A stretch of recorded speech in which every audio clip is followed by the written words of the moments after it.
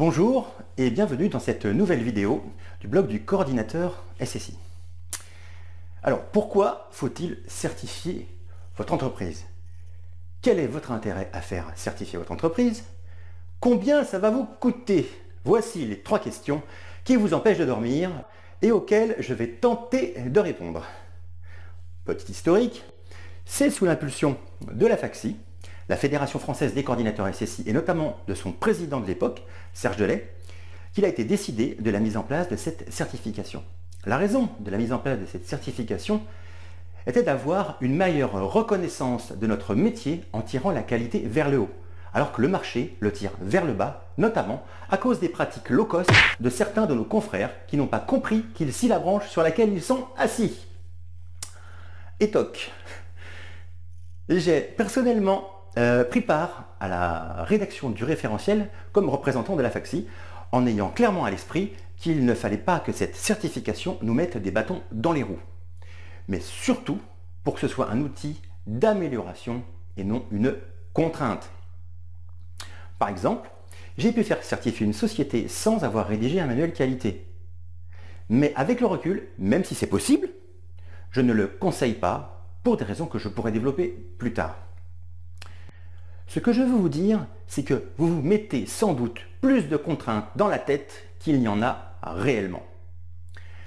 Quel est l'intérêt de se faire certifier? Alors, comme je le disais dans la vidéo de présentation du CNPP, se former est important. Cependant, une fois qu'on est formé, rien ne nous oblige à faire correctement notre mission une fois la formation passée. La première excellente raison de se faire certifier.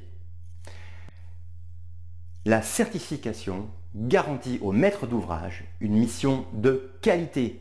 C'est un gage de professionnalisme par rapport aux autres sociétés non certifiées. Les maîtres d'ouvrage auront tout intérêt dans les appels d'offres à mettre de la certification I93 comme critère de compétence. Deuxième raison, grâce à la certification, vous vous mettez en valeur par rapport à la concurrence. C'est un atout qui peut vous permettre d'avoir des marchés, d'autant plus qu'en ce moment, il y a peu de sociétés certifiées. Aussi, si vous vous certifiez maintenant, vous allez faire partie des premiers à être certifiés, donc des premiers marchés qui vont imposer une certification. Si vous attendez que tous les coordinateurs SSI soient certifiés, alors certes, on aura une diminution du low cost, mais vous n'aurez plus d'avantages par rapport aux autres. Donc c'est maintenant qu'il faut vous certifier. Alors clairement, il y a forcément un effet de seuil. Tant qu'on n'atteint pas un certain nombre de coordinateurs SSI certifiés, les maîtres d'ouvrage seront réticents à mettre le critère dans les appels d'offres. Mais plus vite vous y serez, plus vite la certification atteindra la masse critique, plus vite le métier va se professionnaliser. Oui, car si le nombre de coordinateurs SSI certifiés est suffisant, un maître d'ouvrage pourra demander uniquement la certification. Cela mettra donc hors course tous ceux qui ne sont pas certifiés. Il n'y aura plus de notion de ou équivalent. Au final, la certification finira par être incontournable.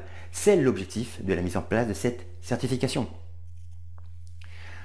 Alors qu'allez-vous décider? De prendre le train en marche tout de suite ou de regarder le train passer? La certification, c'est maintenant, c'est pas dans 10 ans. Alors, pourquoi c'est intéressant? Troisième raison, amélioration de vos procédés. La mise en place de la certification vous pousse à réfléchir à votre façon d'effectuer la mission. Alors, c'est un point délicat, car nombre d'entre nous pensons que ce que nous faisons, nous le faisons mieux que tout le monde. Il faut, pour répondre à cette question, avoir une certaine capacité à se remettre en cause, car tous les points que demande la certification ont pour objectif que vous fassiez une mission de qualité du début jusqu'à la fin, et aussi d'avoir une façon similaire de faire les choses, et ce, quels que soient vos collaborateurs. Par exemple, comment faites-vous votre veille réglementaire et normative? Êtes-vous adhérent à la FACSI? Comment faites-vous pour distribuer à tous vos collaborateurs les mises à jour réglementaires? Comment faites-vous pour que tous vos collaborateurs utilisent les mêmes documents toujours à jour? Par exemple, le cahier des charges fonctionnelles ou le rapport de réception technique. Comment traitez-vous un client mécontent? Enregistrez-vous les réclamations de vos clients? Alors, Je vais m'arrêter sur ce point particulier, car je pense que pour l'immense majorité d'entre vous, vous ne voyez pas l'intérêt de ce genre de choses. Vous vous dites, c'est une perte de temps, voilà la raison pourquoi je ne veux pas faire la certification. Eh bien, j'étais comme vous, moi aussi. Eh bien, laissez-moi vous expliquer l'intérêt de la chose. Si le référentiel vous demande d'enregistrer les réclamations clients, ce n'est pas pour vous embêter, c'est pour que vous soyez dans une volonté d'amélioration bénéfique pour vous et vos clients. Il faut que vous en soyez convaincus. Voici la raison. Ce qu'il faut savoir, c'est que près de 90% des clients insatisfaits ne le font pas savoir et 75% d'entre eux risquent de partir à la concurrence. La mise en œuvre de manière méthodique du traitement des réclamations permet de s'inscrire dans une relation mutuellement bénéfique pour vous et vos clients. Alors, concrètement, comment ça marche?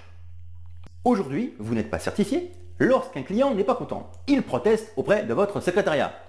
Vous résolvez le problème et le tour est joué pour ce client. Basta. Bon. Demain, vous êtes certifié. Lorsqu'un client n'est pas content, il proteste auprès de votre secrétariat.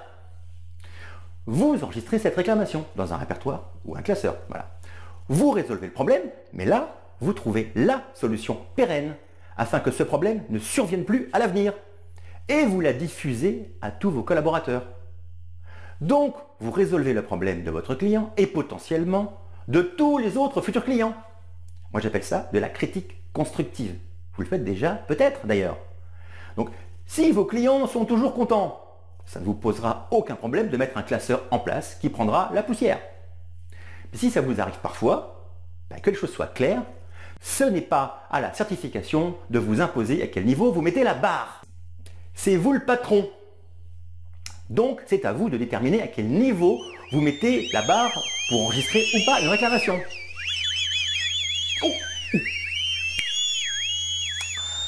Par exemple, la réception d'une lettre recommandée peut être un critère objectif de réclamation. Bon alors, c'est parce que c'est vous. Tiens, je vous entends plus les gars là. Les filles là, fermez la bouche là, fermez la bouche. Bon allez, trêve de plaisanterie, où en étiez-nous? Ah oui. L'auditeur, quand il va venir faire l'audit sur site, va vérifier que les réclamations que vous avez enregistrées ont bien été traitées, qu'elles ont été suivies d'effets et que vous avez bien mis en place une mesure de correction pour que cela ne se reproduise pas, si c'est possible. En fait, la certification, c'est un peu comme un coaching. Par exemple, si vous voulez maigrir, comme moi, vous allez voir une diététicienne. Vous allez la payer et vous allez lui rendre des comptes régulièrement sur ce que vous avez mangé. Si vous ne prenez pas de diététicienne, vous allez plus facilement vous laisser aller, comme vous pouvez le constater. Je n'ai pas encore pris de rendez-vous chez la diététicienne. Mais, pour en revenir à nos moutons, c'est pareil pour la certification. Vous allez me dire, c'est donner le bâton pour se faire battre. Alors, c'est pas faux, mais c'est pas tout à fait vrai quand même, car comme je le disais précédemment, c'est à vous de déterminer à quel niveau de mécontentement vous enregistrez la réclamation. Est-ce qu'au final, c'est si différent que ce que vous faites d'habitude? Ben non. Est-ce si contraignant? Eh ben non. J'en arrive à la quatrième raison, diminution du risque de conflit. Vous venez d'améliorer votre processus de travail et donc de diminuer les sources de conflits. Vu l'évolution de notre société, il est important de mettre tout en place pour éviter les conflits et éviter, à terme, les mises à la cause. Enfin, c'est pas cher. Alors ça, je suis sûr que ça vous embouche un coin. Vous allez voir juste après un tableau récapitulatif du coût 2016 en fonction du nombre de coordinateurs SSI dans votre structure. Alors tous les calculs ci-après sont informatifs, hors taxe, afin que vous puissiez estimer le coût de la certification. Les frais d'inscription, 224 €, sont offerts si vous êtes membre de la FACSI. Alors moi j'ai considéré que vous faisiez déjà partie de la FACSI. Les frais de déplacement sont à ajouter pour l'audit sur site, à l'admission et au renouvellement, mais ça dépend de chacun. Il convient de vous renseigner directement auprès du CNPP, certes, afin d'avoir le tarif officiel. Voici le tableau. Alors, la première AT, c'est l'admission. Audit sur site, il y a un QCM pour 50% des coordinateurs SSI, il faut avoir plus de 14. Ensuite, c'est la période confirmée, pendant laquelle vous avez un suivi administratif avec un ou plusieurs audits de dossiers d'identité. Et puis tous les 3 ans, vous avez un audit sur site pour le renouvellement. Alors, si je m'attarde sur le cas du 1 ou 2 coordinateur SSI, on voit que ça coûte environ 1 000 € en moyenne sur les 3 ans. Franchement, vous allez oser me dire que c'est cher? Alors, si ce document vous intéresse, vous pouvez le télécharger en bonus, le fichier PDF, qui détaille les calculs. Et dans ce document, vous pourrez trouver le tableau qui vous correspond. Bien alors, vous allez me dire, Silver, t'es bien gentil, tu nous fais l'article, mais comment ça se fait que toi, tu ne sois pas certifié?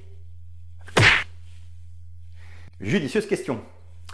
En préambule à cette question, il faut que vous sachiez que si vous entamez une démarche de certification, vous n'avez pas le droit de le dire à qui que ce soit, et certainement pas à vos clients, car rien ne dit que vous allez être reçu à la certification. Il y a quand même un QCM, il y a quand même des critères à respecter, et puis la certification, c'est pas l'école des fans. Vous devez montrer que vous êtes un pro du métier. Donc en ce qui me concerne, j'ai pas le droit de vous dire si j'ai démarré la certification. Mais je peux vous le dire droit dans les yeux, à ce jour, je n'ai pas démarré la certification pour ma structure. Ce qui fait que je peux répondre à cette question sans d'entrée de jeu avoir un procès pour usage abusif de la certification. Comme vous le savez peut-être, je redémarre une activité dans une nouvelle structure où je dois retrouver une clientèle, notamment en coordination SSI. Je suis donc dans une phase de démarrage.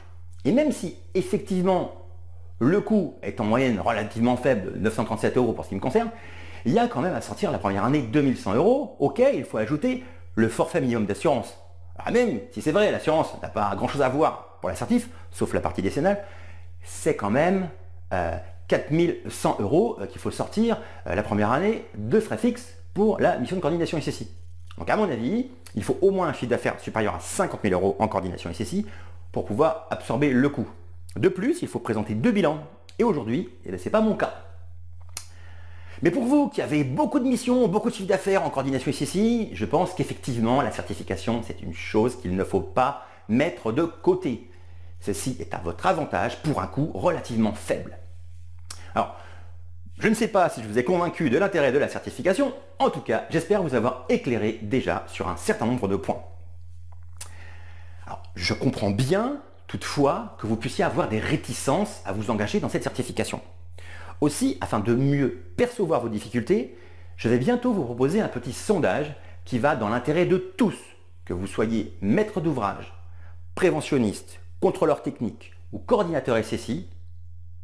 Il ne vous prendra que 2 minutes. Et ce que j'aimerais savoir, si vous êtes coordinateur SSI, c'est qu'est-ce qui vous bloque, qu'est-ce qui vous freine dans la mise en place de la certification. Si vous êtes un maître d'ouvrage, est-ce que cela pourrait être un critère de sélection? À partir de combien de coordinateurs SSI certifiés vous pourriez demander la certification I93 dans vos appels d'offres? Voilà, si vous êtes un préventionniste ou un contrôleur technique, comment vous percevez la mission? Voilà, j'espère avoir de nombreux retours de votre part le jour où je mettrai en place le sondage. Pour conclure, les 5 raisons de certifier votre société sont les suivantes. Premièrement, les maîtres d'ouvrage sont garantis d'avoir une mission de qualité. C'est l'objet de la certification. Vous avez de plus un avantage concurrentiel par rapport à vos confrères. Mais c'est maintenant, c'est pas dans 10 ans. C'est aussi une façon d'améliorer votre fonctionnement. Vous faites une meilleure rationalisation, une meilleure analyse de vos procédés. Vous diminuez les risques de contentieux, par les temps qui courent, c'est pas forcément négligeable, et puis en plus, c'est pas si cher que ça. Voilà, nous arrivons au terme de la vidéo. Si vous êtes arrivé jusqu'ici, c'est qu'a priori vous avez apprécié le contenu de cette vidéo. Dans ce cas, cliquez sur j'aime en dessous de cette vidéo sur le blog. N'hésitez pas à me laisser vos commentaires et à partager cette vidéo. Par ailleurs, si vous avez des sujets qui vous intéresseraient que je traite en article, n'hésitez pas à me faire vos suggestions. N'oubliez pas de vous abonner si ce n'est pas fait à mon blog ou à ma chaîne YouTube. C'est gratuit. Merci de votre attention. À bientôt.